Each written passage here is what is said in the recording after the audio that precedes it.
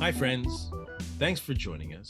Do us a huge favor, smash that subscribe button. It helps the channel grow on YouTube, Spotify, Apple Podcasts, whatever platform you're using. It helps us grow. Can't thank you enough. Benny, where can they find us on social media? Yeah, you can find us at Ray Benny Sports. We're on Twitter, Facebook, Instagram, TikTok. Check us out also on Reddit and Discord. And don't forget to leave us a rating on your favorite podcast provider. Let's get right into it. Winnipeg Blue Bomber talk. Let's talk about last game. It was a win and I sighed. It was a win and I sighed. What's one word that you'd use to describe last game? Roller coaster, and basically roller coaster of emotions. Like, it was all over the place. Great start to the game. Fantastic first half. Ended on a bit of a sour note with the interception when they could have probably got three more there. But the second half was just the other way around. You know, that first drive from Ottawa, which was a devastating 8-minute drive. Missed tackles, second and longs, and all that kind of stuff. And then, of course, the comeback, and then the Bombers ultimately kicking that field goal for the win. So yeah, it was just up and down type of game for emotions. That's a good one. I'll say fortunate. Yeah, roller coaster, you said, right? Yeah. I'll say fortunate.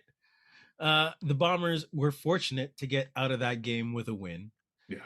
They had to deal with Crumb, which should have been a blessing. But again, it was a curse. This time coming in for relief. Last time, remember when he played in Ottawa, it was a start. And the Bombers were up in that game, 18-0. And now the Bombers are up in this game for the second week in a row, 17-0. And when that happened, I texted you. I'm like, remember that before, from the week before? And Ottawa took momentum. Caleros, then the Pimpleton return, and then the Caleros gives the ball back right after that. And it's like, my goodness, they are so fortunate to have come away. Defense pulled up big on that one. So Bombers fortunate last week. That's my word. Yeah, Dembski was wide open on that late interception too. Like, he had a step on his guy, underthrow. And then you got to almost thank Ottawa for messing up those last two plays where they went for the throw and then went for the run and still left Bombers time on the clock. It's like, well, Bobby Dice kind of screwed that one up, altogether. Like, so fortunate's a great word, really, on that, right? Because Bombers had that game in the bag. Even that drive in the second to start the second half where Drew Brown ended up getting hurt, how he escaped on that play when you had Kyrie Wilson and Willie Jefferson surrounding him. Like, to me, it just, I don't know. That was fortunate. Yeah. The attention to detail this year is kind of odd with the Bombers. Like, you didn't see these plays or these missed plays, especially on defense over the last few years. They've missed a lot of tackles. I don't know what the stat is or anything on that, but it's got to be pretty high so far. Maybe attention to detail in the front office as well in the offseason. Yeah, it could be. Thoughts on Mike O'Shea going for the late field goal that led to the tying touchdown? Horrible. You have to look at the flow of the game and how Ottawa has been playing up to that point and how they've been scoring. They needed a TD to tie the game with not much time left. All three of their TD drives were at least 4 minutes. One of them was over 8 minutes. Like, of course, things can change. Of course, maybe they can hit a big play, but I think they hit one big play all game. That was 40 yards in the first quarter. None of them since, and none of them since Drew Brown was out of the game. So I think in that situation, you have to take all of that into consideration. And it does not seem, obviously, I don't know. I can't look into Mike O'Shea's head, but it doesn't seem that, and special teams coach, I forget his name, but all of that has to be taken into consideration, how Ottawa has had difficulty in scoring and it's taken them a long time to get down the field and score. I think at that point, trust the defense, pin them deep with Sheehan and the good job he was doing in directional punting. And on field goal, you have big guys out there who can't cover that. And we talked about Pimpleton and the possibility of returning. That was a little too much trust in Castillo and not enough taking into consideration the scenario and what's happened up to this point in the game. Yeah, totally agree there. I have tons of faith in Sergio Castillo. Obviously, the guy hit his 63. He had the distance on this. But to me, the better play, again, would have been try to pin them. Like you say, Ottawa, they scored long drives in this game, but they took their time doing it. It wasn't a huge one big chunk play down the field. That first drive was 8, 9 minutes, almost 8 minutes at least, right? Yes. And then the Yes. other drives by Crum. He needed time. And now you got to force him to go 80 to 100 yards, possibly somewhere in that range. And I agree with you. Even on the kick, the field goal attempt, the guys got downfield, but they all paused, and they waited for Pimpleton to make that move, and he did. Sheehan was right there, and bad positioning on that. Yeah. All other guys just kind of stopped. And you, like you say, field goal kicks are different. You got big guys on that field. You got guys that can block. They're not necessarily great at tackling and speed wise. Yes. So, but it's funny you say that. Take all this into consideration, because there was a quote, I tried to find it quickly right now, where O'Shea kind of said, "Yeah, I probably should have thought about this a little more and took a little bit more factors. Looked at all the factors and kind of figured that out instead. At least if you punt it and they return the punt, okay, it is what it is, but you're giving them a better opportunity by this missed field goal. So I don't like it. I don't even like the 2nd and 3. Sorry, I didn't mind the 2nd and 3 call with Streveler in there. I don't like the play execution. Ottawa was ready for it. This is where you could have had Streveler even step back and just lob a short 3-yard pass to someone to get that first down and put this game away. Really, I mean, we shouldn't have been lining up for that field goal in the first place if the play calling and the execution wasn't so suspect in that play. Or give it to the reigning MOP and Canadian Brady Oliveira, who averaged. He did get stuffed pretty good on a play earlier in that game, though. I'm still gambling more with Oliveira on that than I am putting Streveler behind the O-line. Is it? Do you think O'Shea was looking at the defense and going, they're not going to be able to make a stop? I better try this field goal? Like I said before, long drives. They have yet to break the defense for a big play, and they had less than a minute to score. Yeah. Yeah. A little frustrating. They're lucky they got away with it. With that win, who are your offensive, defensive, and special teams players of the game? You can go first with the offense. Nick Demski. Got to give it to him. Six catches, 128 yards. Guy was clutch. Again, we talked about it, wide open on that play downfield, which would have gone for either a huge gain or a touchdown, right?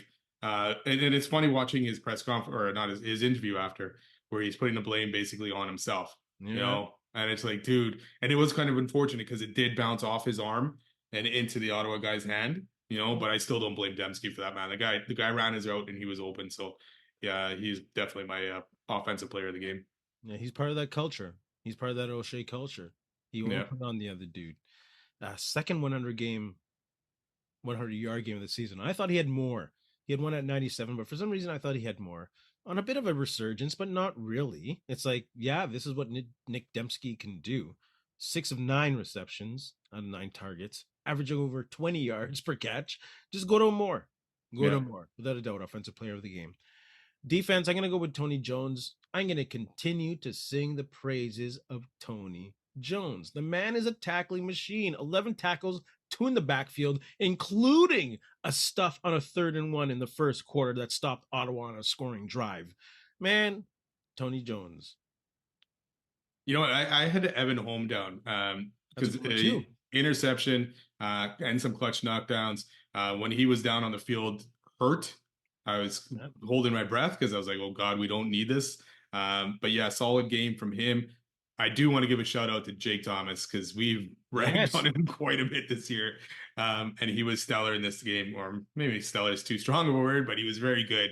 A couple run stops or big plays in the backfield by Jake Thomas. Evan Holm definitely made up for tackling. Yes. 7 tackles by a DB. That's great too. And yes, Jake Thomas, shout out. Made me eat my words. And I'm always happy to eat those words in those situations. Oh, for sure. Yeah. Heck yeah, there's still some juice in that tank. Hopefully more left in the season. Special teams, who you got? I'm going with Sergio. Again, clutch. And I know, hey, he missed the 57-yarder. I don't blame him on that one. It's a tough kick. You can't expect the guy to be perfect from 50 and beyond kind of thing. Just because he hit a 63 doesn't mean he's going to hit it regularly. Yeah. So I still give it to Sergio for having that miss and then being able to come back less than a minute later to hit the winner. And that's the thing. Going back to that missed field goal, when you have a guy that hits field goals like that consistently. You saw him do a 63 or like 57. Yeah, he might make it. And it was one of those field goals that it did look good at the beginning. Yeah. So for sure they were caught looking at that ball without actually pursuing downfield and making sure that's covered. For sure they were looking, because I would have been looking. Yeah, and they're thinking we trust he's clutch, right? He's not going to miss, and you going to get caught up in that, and then it's too late to realize. People didn't get touched, did he? From what I remember, right? Barely. He went like down the sideline. Maybe Yeah. a hand touched him down there. Yeah. Special teams for me, Jameson Sheehan, actually. Great directional punting. Ottawa, Pimpleton, and they had someone else back there, Adiobe.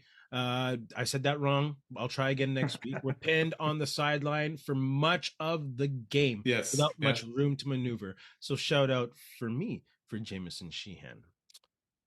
Great. You know what? I'll mention his name because he got called for 2 weird pass interference calls. Cam Allen, the rookie at safety. Oh, great, pretty good debut for him. Like he had solid coverage on those 2 plays. What's with Mike O'Shea and not challenging anything? Some people want to give him the pass because of the play spotter, but there's no way that Ray or Benny from home should be able to spot that as a bad pass interference, and they can't spot that on the field as a bad pass interference. Yeah, there was those. There was one later in the game where Ottawa kind of mugged Wheatfall a bit. Yep. There was a face mask. I can't remember on who that they didn't end up calling, and he didn't challenge that either. Yeah. I don't know what's going on this year. Like he's afraid to challenge, or he's like, I need to save my timeouts. I mean, I guess having the timeout helped in this case, but for the info. You got to take a look at this stuff, and you got to gamble sometimes. And that not on 57-yard field quick. That info's got to come quick. Exactly. Yeah. What are your initial thoughts on Taylor Elgersma's performance?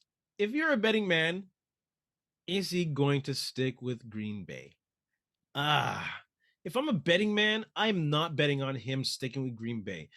Mainly because I got suckered when Nathan Rourke looked good in the NFL. And he was doing some good business in the preseason, made some good plays, made some touchdown drives, and look what happened. He went flounder. So maybe Elgersma, I don't think, just because they have that other backup that knows the system, I think Elgersma might be expendable that way. I don't know if they're willing to take that much of a risk, especially with Malik Willis there. So I'm going to say no. My heart says he will make that team, but my wallet would not put bank on it. I think he is going to stick because the other guy, where's his name? Clifford. Can't find his first name now here. Has been there for at least a couple years. So Sean Clifford. So you actually kind of know what you got already in him, right? And to me, stats wise, oh my God, Elgersma has looked good stat wise. And I know LaFleur came out and said he threw a couple balls that he shouldn't, and all that kind of stuff, and saying, hey, you can't throw this ball. But I feel like he's going to stick either there or he'll bounce around some practice squad rosters as well. I mean, you look at the Niners, right? Right now, LaFleur offense is pretty much the same as Shanahan. You got Purdy and Mac Jones is hurt. They got their third stringers are terrible, right? A lot of injuries going on there, so they may need a guy that they have to sit somewhere on the practice roster just in case. So Steelers. Yeah. So there's options out there. The guy, I mean, he's put up some numbers and he's still young. So yeah, why not take a chance and see what he does? I hope he doesn't. I'd love for him to be with the Bombers by the end of the season and see what he can do. But I think he's sticking. He'll be in the NFL somewhere, I think. Yeah.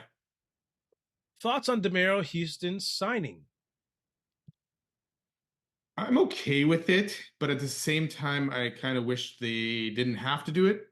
I know he got cleared or the charges expunged and all that stuff, but usually when these things happen, there is something more behind it. Just because charges don't end up getting dropped doesn't necessarily mean it didn't happen. But yeah, I mean, I get why they're doing it. Injury wise, he's also he knows the system, and I trust O'Shea and the Bombers that they did enough investigation. What did he say? Integrity or need will never trump integrity, right? So I trust the Bombers on that. I just wish it didn't have to go that way. I wish he never said that. Need will never trump integrity. I wish he never said that, because on the coach's show, he went on to say that they trusted that the league did their due diligence. That means they did not Ooh, go beyond what the league had gone, and the league gave the okay. that's not Okay, cool then. I get that. But with domestic violence, that's a little different. I think you have to do the vet. I think you have to vet that properly. It has to go beyond, oh, he was here for his first 2 years, so we know him as a person well. And the CFL said it was okay. What that process is, I don't know. Yeah. But either that comment should not have been made, or you have to do more work on your end, beyond relying on the CFL doing their job. Because the CFL doing their job, not a very good track record.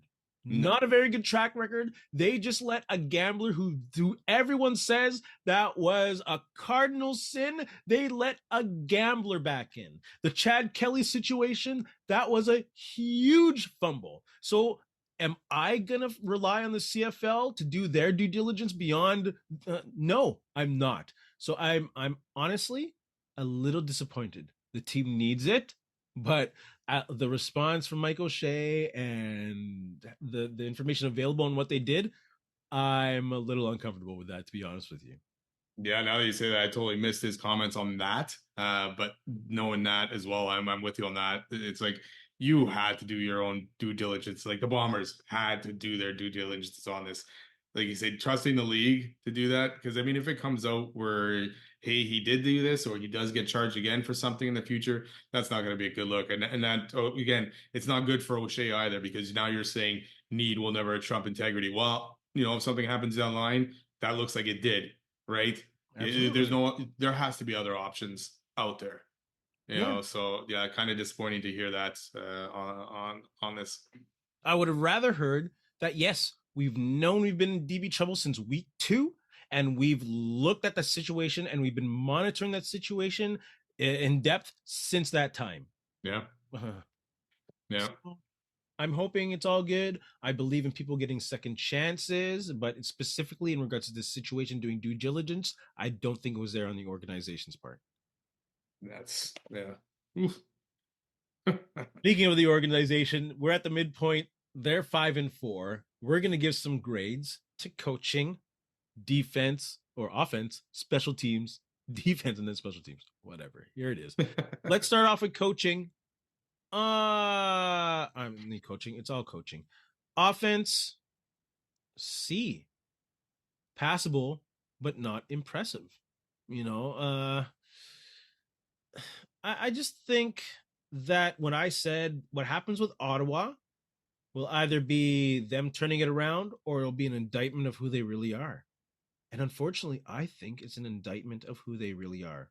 Yeah. This offense will be fumbling and bumbling all the way through as they find their way with Jason Hogan, who does not have a QB like Trevor Harris or Bo Levi Mitchell or even Nathan Rourke at this point that he can depend on consistently to get a good performance out of.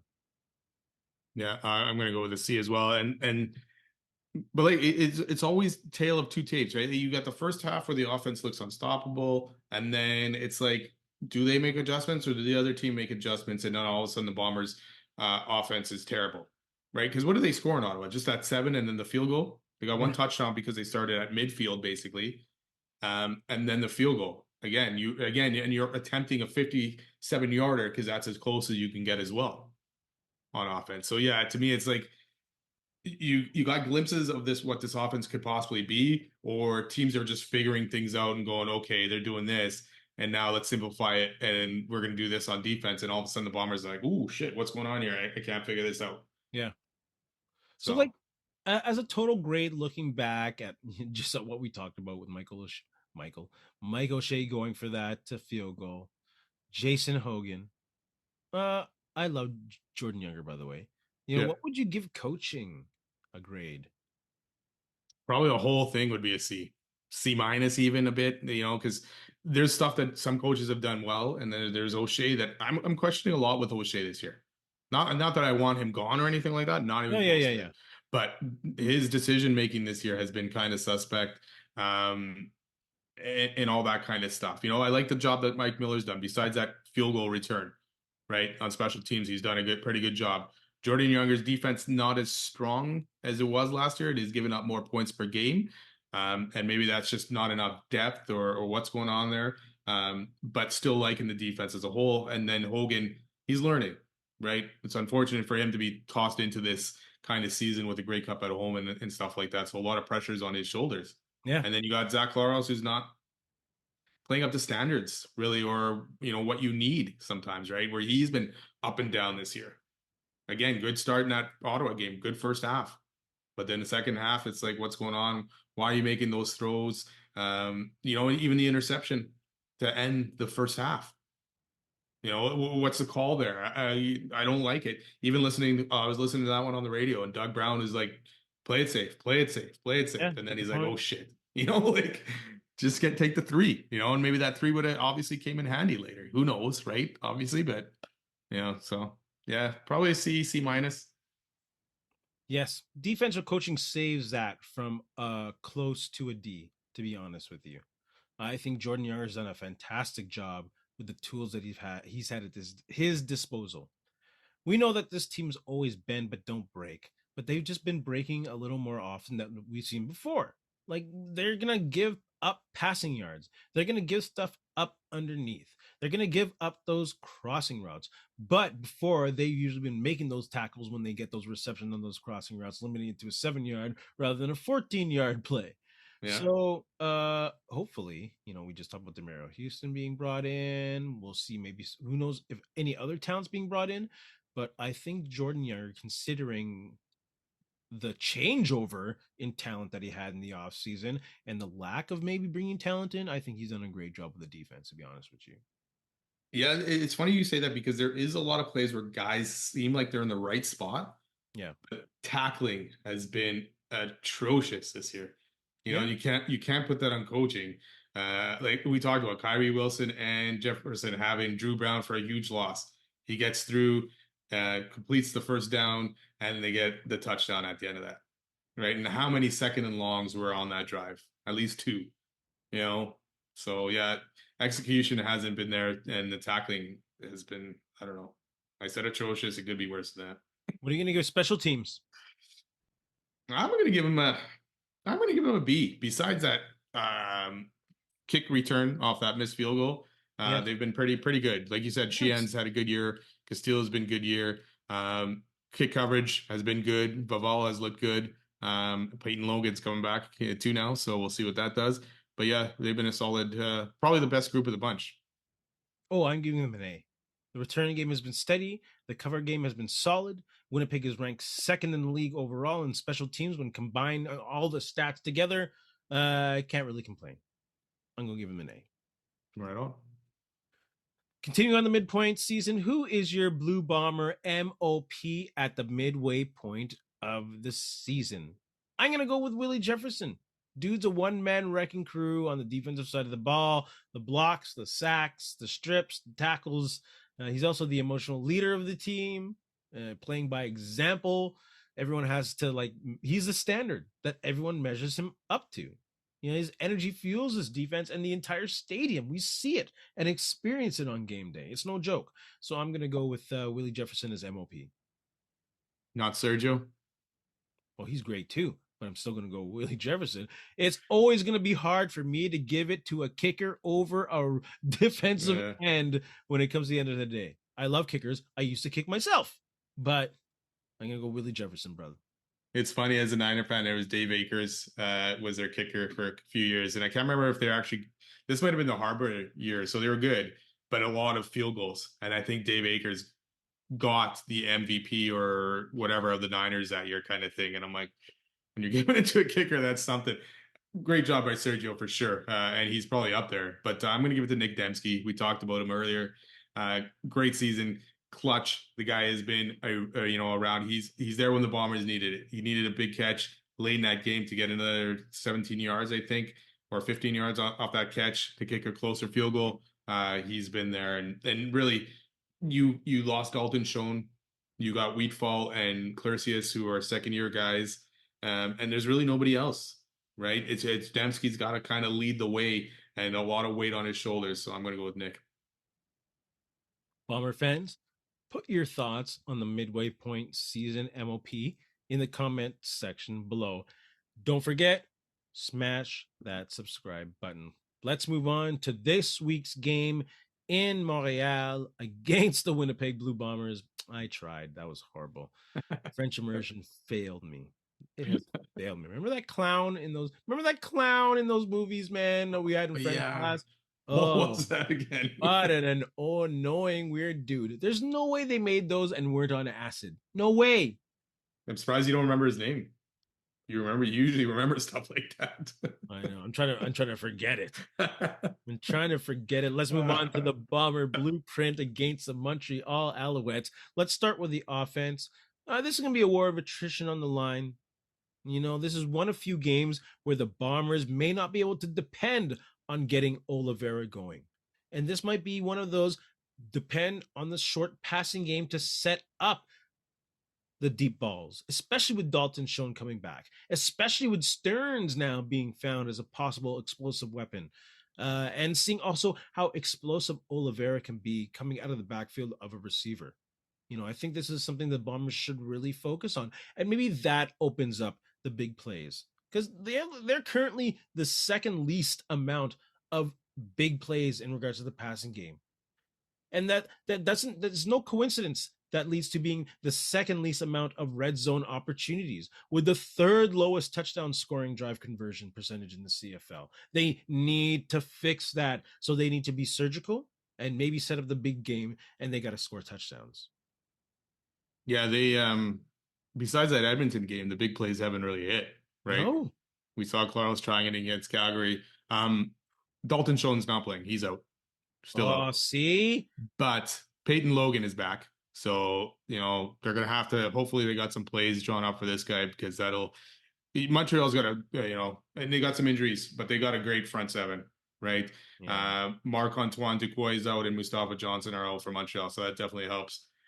The Montreal D hasn't played as well lately, but they got some dogs back there. And we know Lemon, Sankey, those guys usually have good games. Tyrese Beverett against the Bombers, right? So the Bombers offense, you know, has to get it going. And if you're going to have to use Logan and maybe Oliveira on the field at the same time, mix things up. I don't want to say it, but this feels like a must-win game for the Bombers just because you got 2 games against Saskatchewan coming up, and we've seen Saskatchewan now playing well. You know, and usually Labor Day, Saskatchewan plays that game well, no matter how good they're doing.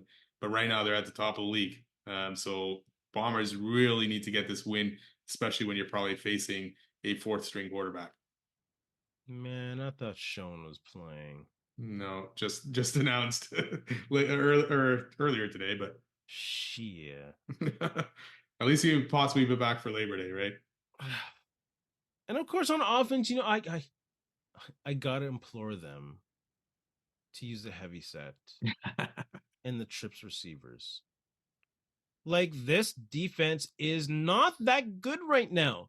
382 yards passing last week, 289 against Fajardo, 289 against Trevor Harris. So there are yards out there to be had and deep plays.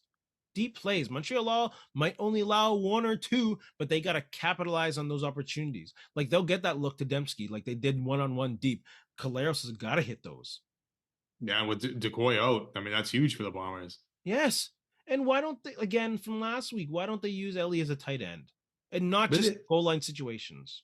There was one play last week where they did bring the heavy set. And again, I was listening on the radio and they ran the opposite way. Yeah.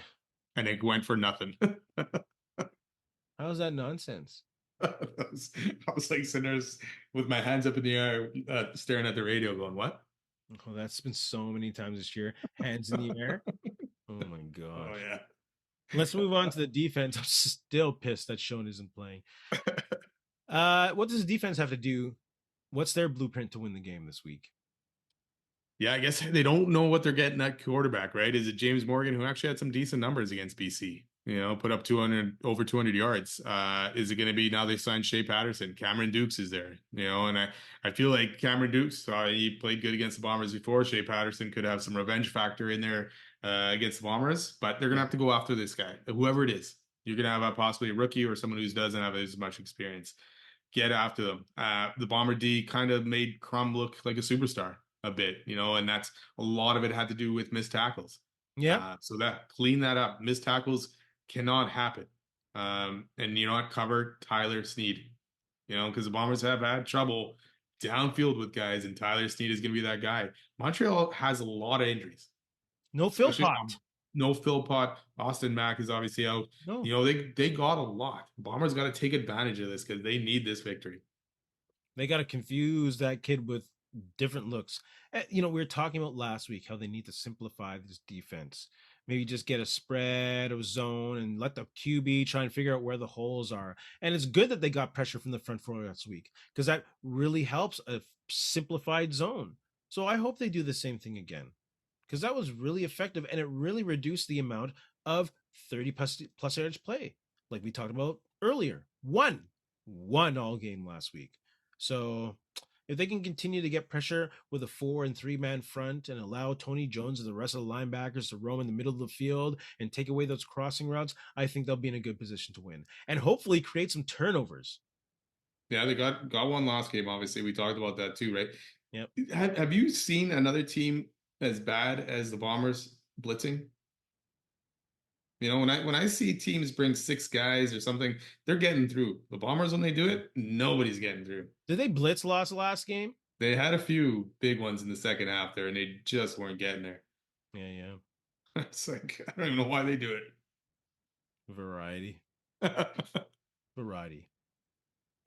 And the thing is, when the Bombers get turnovers, more than likely they convert those into points. Yeah. Montreal's number one at scoring off of turnovers. Bombers aren't there with the amount, but when they do get those turnovers, they get points off them. They're up there with league leaguers in scoring off turnovers. So they got to get turnovers and they got to convert those into points. Minus 11 in a turnover ratio. That's not a Bomber team. No, that's terrible. Special teams, what do you got? Yeah, I mean, I'm excited to see. I don't want to see Vival taken off the punt or kick returns, but I'm excited to see what maybe Logan can bring. I did see a tweet by Bob Irving today, though, about the dynamic of Logan, but he's also fumbled a lot lately. So I'm not looking forward to that. Get a good return game. Letcher is also out for Montreal, so thank goodness. Yeah, so hopefully they can snuff the return game out for Montreal. And again, Sergio, we know what he can do. Yeah, just stay consistent on special teams. James Lesher Jr. is as deadly as Pimpleton. Yeah. If not more. So, you don't never want to see some dude injured, but thank goodness for the Bombers' sake. Yeah, it definitely helps. Bomber fans, put your comments in the comment section below. Please subscribe. Tell us who you think is going to win this week's game. Give us a score. Give us your prime performer of the game. Let's move on to some CFL talk. CFL Power 4. Who do you got? 1, 2, 3, and 4. Do you want to start at 4 or you want to start at 1, 2, 3? Which one? Let's go 4. Who do you got at 4? I'm putting Calgary at number 4. Only 2 losses, or not only 2 losses, but 2 losses game with Vernon Adams out. They played the Bombers. Yeah, it was a little bit tough victory for them, but they pulled it out in the end. So I still got them at 4. I got Calgary at 4 as well. If their defense has a bad day, I don't believe in them. I got BC Lions at number 3. They look really good. Their offense is looking good. Their defense is looking better. Not necessarily good, but it looks like they're getting better. It looks like they're in the middle of some kind of process, and the process is moving forward. So I'll go BC Lions at 3. Yeah, I got BC there as well, and I agree basically what you're saying. And even the defense-wise, the game against Hamilton, shootout a couple weeks ago, right? Even Montreal, like I said, this James Morgan put up over 200 yards coming in after Caleb Evans got hurt. So yeah, they're still giving up the yards out there. So bit suspect still on that D. We'll see. So neither of us have the Bombers in the top 4. Oof. Doesn't look like it. Who do you got 1 and 2? I'm pretty sure it's the same because of last week's game. Yeah, it's pretty much it. And Hamilton, I got at number 2. And they were on a roll. It's funny, we've mentioned teams, and every time we say they're the team to beat, they've kind of gone downhill. So Saskatchewan fans, apologize probably in advance here. But Hamilton at number 2, couple, shootout against BC.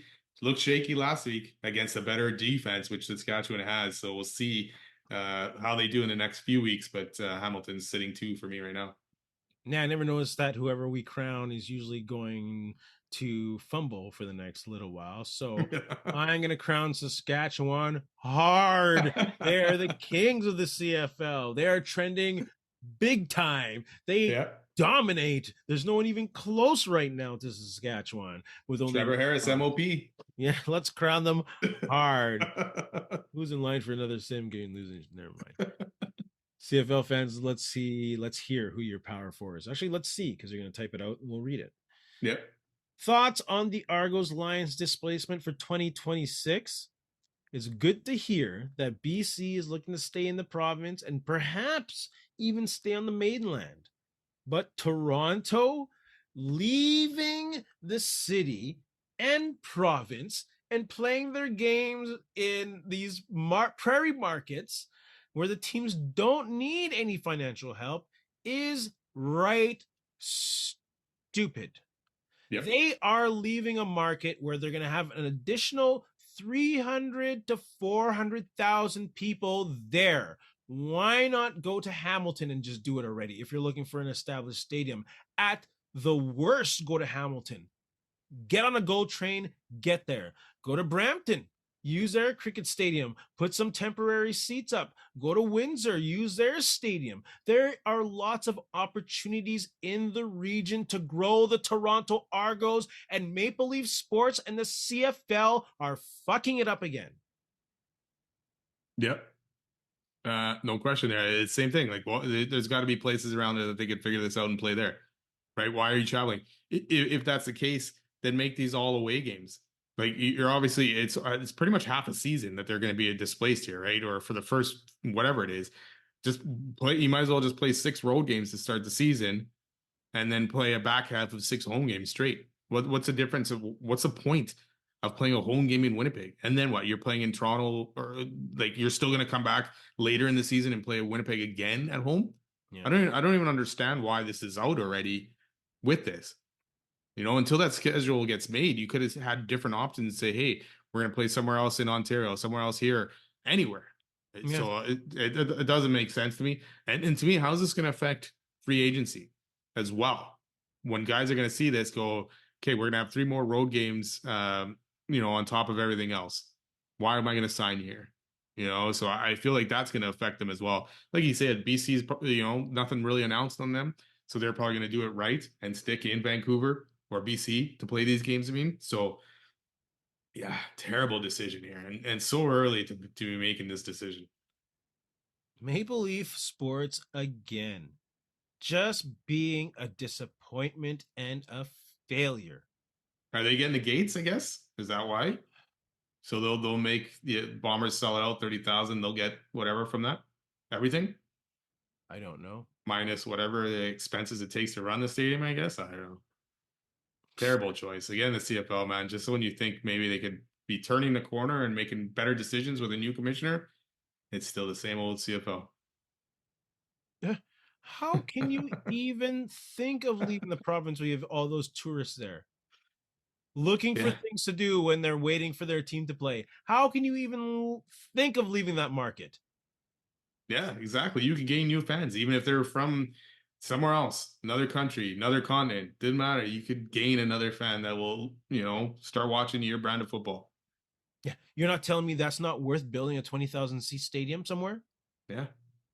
That's all you need? Because you know you got 13,000 coming on the regular. You're telling me you can't pull 7,000 from that crowd and make it look good on TV and provide a great environment for an Argo home game? Are you effing kidding me?